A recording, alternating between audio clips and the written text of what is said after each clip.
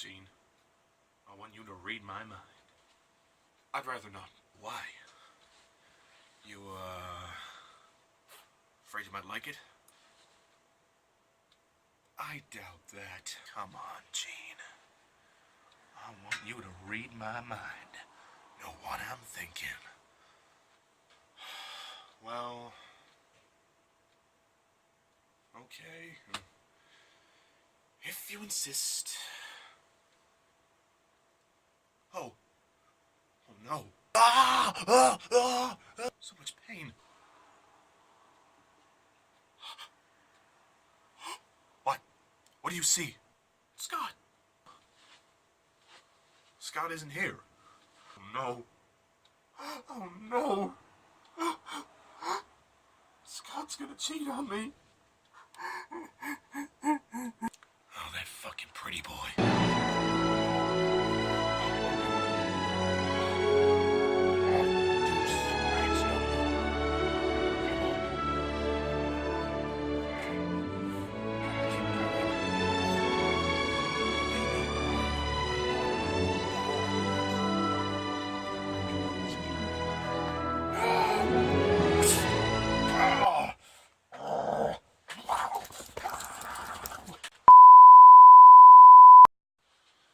Gene, stay away from my guy.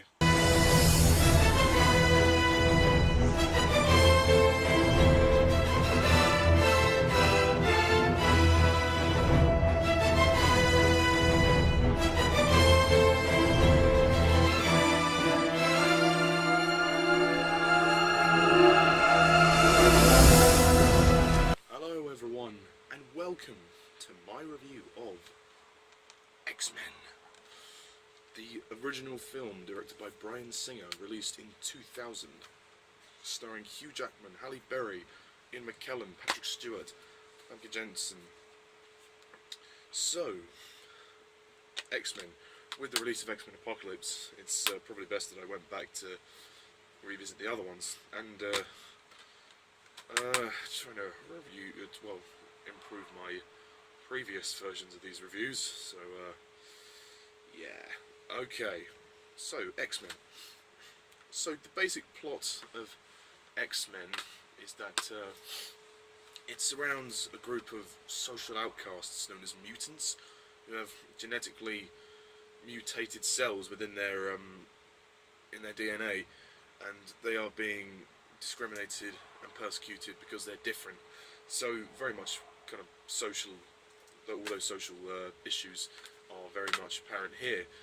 And we have Charles Xavier, who's this professor.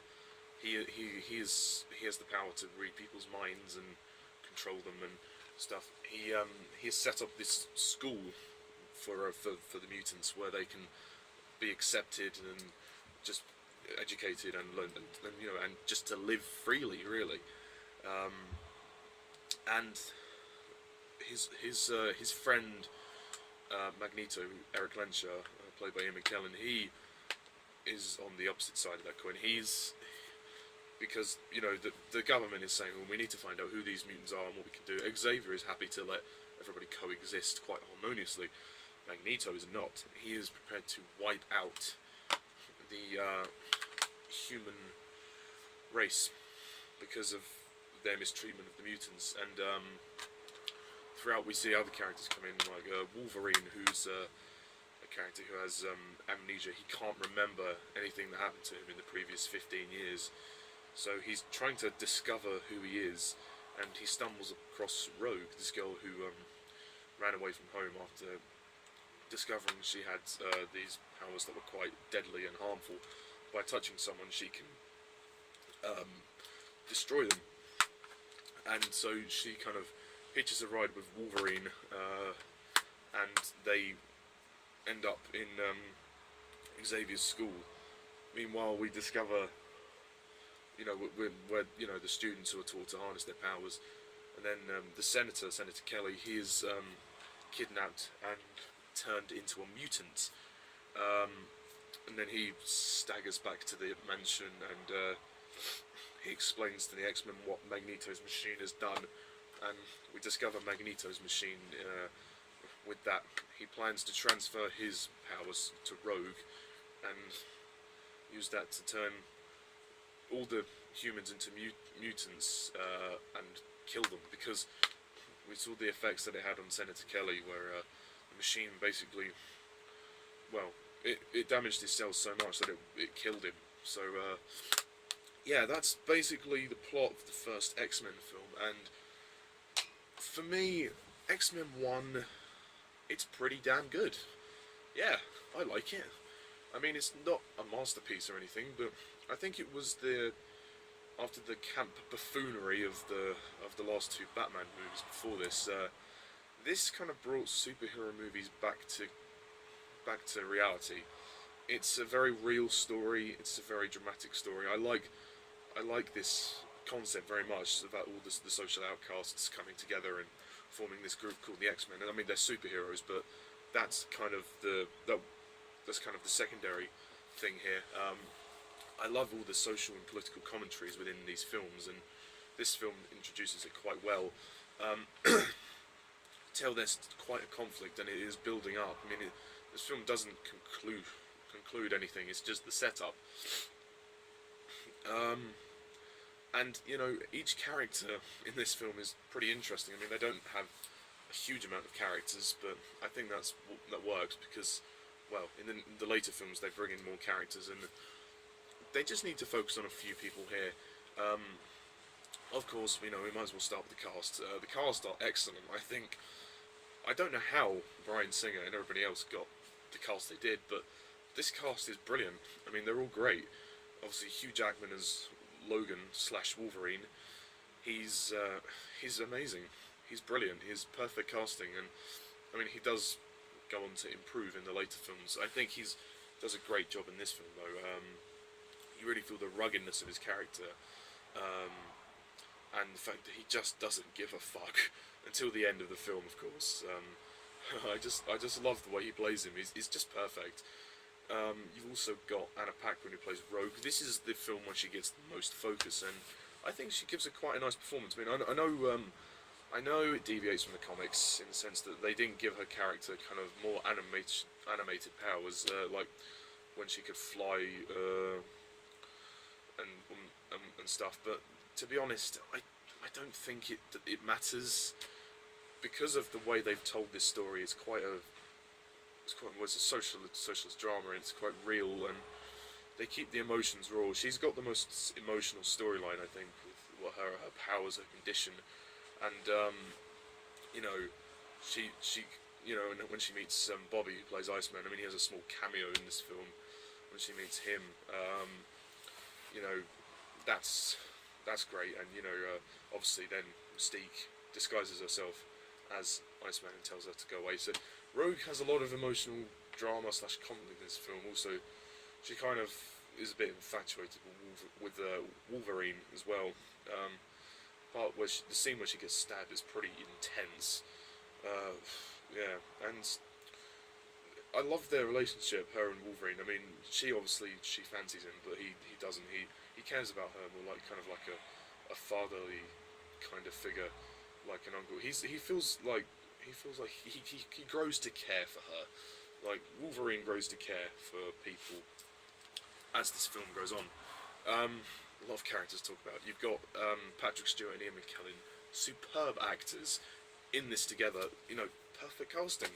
You can't. I mean, people do rave about McAvoy and Fassbender in the later films, but you know, because of that, I think that these two get overlooked. Patrick Stewart and Ian McKellan, they are brilliant in this film. They've defined the characters, and you see that there's a history behind them, and obviously the film opens with a flashback of Magneto's past when he was in Poland, because he was Jewish, and he was during World War II, 1944, and we see how he was he discovered his powers, and you know, all of that stuff, and we see how he kind of evolves into his hatred. We see how his hatred of the humans has evolved. He respects Charles for what he you know, believes, but doesn't agree with Charles. So they kind of have a conflict, but yeah, it develops in the next two films as well. Well, definitely the next one. Not sure about X-Men 3, but yeah. Halle Berry as Storm, she's okay in this film. She doesn't get much to do, so I can't talk about her much until the next couple of reviews because they don't really give her much to do in this film. But you know, she's okay. She gives an alright performance. Famke Janssen as Jean. I like her. I think she's good. I don't think this is her best performance, but she does do a great job. And then you have James Marsden as Scott, or Cyclops, and I like him in this film. He's great. You see, there's a lot of tension between him and Wolverine, but it's quite funny. That's when they bring out most of the comedy in this film. Like when they go into the museum, like near the Statue of Liberty, and Wolverine walks through the security barriers, and it beeps because Wolverine is pretty much his whole skeleton is covered in metal, and his claws are metal, and he just he destroys the barrier thing, and then Cyclops turns around and he extends two of his claws back, and it just leaves the one. That's quite funny. The script is good. I like the script. It's quite real. It's dramatic. You care about the characters, which is good. The villains now, obviously, there's a team of like 4 villains. I mean, the main villain obviously is Magneto, and he's good. Yeah, I like Ian McKellan in this film. I don't think this is his best performance. I think he improves as he goes along. But I think for what he has here, he's great, and I really believe the character's motivations here. You've got the side villains like Mystique, who is well, I mean, you know, it's good to look at. She doesn't really wear any clothes, and you have Toad as well. He's quite an animated character. And Sabretooth, who's basically this big cat, essentially. Like he's just this big kind of thug. He doesn't say much. He's probably the weakest character in this film, Sabretooth. They don't really develop him at all. And I mean, the only good thing about X-Men Origins Wolverine compared to this was that, you know, they actually developed Sabretooth a bit more, but in this, Sabretooth's a big idiot, so he's just, yeah, he doesn't say much. And, you know, obviously because Sabretooth and Wolverine are brothers, they didn't really make that connection in this film. I know this was made before X-Men Origins Wolverine, but that would have been nice for me, just for continuity purposes. I mean, continuity for these films goes out the window after the trilogy, after the original trilogy. Right. So, yeah, you can tell this film is slightly dated by the visual effects, but I still think that that some of the effects do hold up.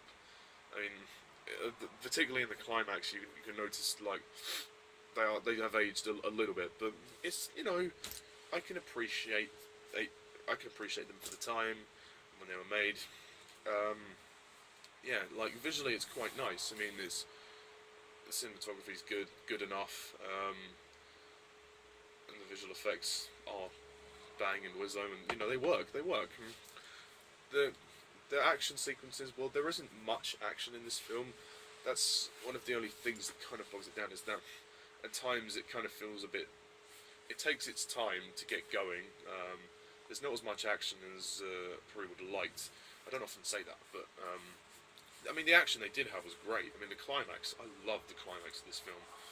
Wolverine fights Mystique, and it's great. There's that fantastic shot of her jumping in midair, doing a kick, and then like changing in the process, like as in changing back to herself in the process. Mystique's quite a good character. If I had any power, I'd quite like to, you know, be a shapeshifter, change into someone else. That would be fun. And then you have Toad and the fight with Toad. That was quite funny. It's a bit cheesy. His death scene is a bit cheesy. That's one of my only bugbears. His death scene is quite cheesy when Storm says, "You know what happens to a Toad who gets struck by lightning? The same thing that happens to everyone else." it's just cheesy. It's cheesy. But it's mostly all good, and the music score is slightly disappointing for me. I didn't really. It's just a bit bland, to be honest. Like, the music doesn't really capture the essence, the real drama and the heart of the story. You know, there's a couple of good tracks, but Michael Kamen does do a pretty poor job scoring this film, I must say. I mean, sorry, Michael Kamen. I mean, he is a good composer, but I don't know, for this one it just looks like it just didn't have any ideas. But not to worry, the score will improve in the later films. There's not much to say about this one. It's quite a short film. It's 1 hour 45 minutes, so it doesn't feel too. It doesn't feel too long at all. And I like the concept of Cerebro as well, where a machine that Xavier has built, so where he can track all the mutants down and stuff to find where they are, and they use that to find Rogue, which is great. At the end of the day, it's a pretty good film. I don't think it's a masterpiece, but it brought the superhero films back to reality and back to and into the 21st century, because obviously this was released in millennium year 2000. The cast are excellent. The production design is great too. I love the production design. The action sequences are great. I love the fight with Wolverine and Sabretooth at the top of the Statue of Liberty. They have an excellent fight there. Overall, it's a great movie, and it has a great story with great heart. I mean, it's obviously elements to be continued in the next couple of films, but it's a pretty good start, and I don't really have anything else to say about it. So I should probably mention Bryan Singer directed this film. He's directed 3 other X-Men films. Yeah, he's directing the new one, Apocalypse, as well. Bryan Singer directed this movie, X2, and X-Men Days of Future Past, as well as Apocalypse. So it'll be interesting to see how Bryan Singer has evolved. He's been with this series the longest, on and off. On and off, he's been with this series the longest. He's done the most films. And I think he does a good job here. His direction is pretty solid. It's damn solid. I mean, there are things which could be improved, but we'll get to that in the next film, X2. So, X-Men, I am going to rate this film, I'm going to say it's a good 8 out of 10.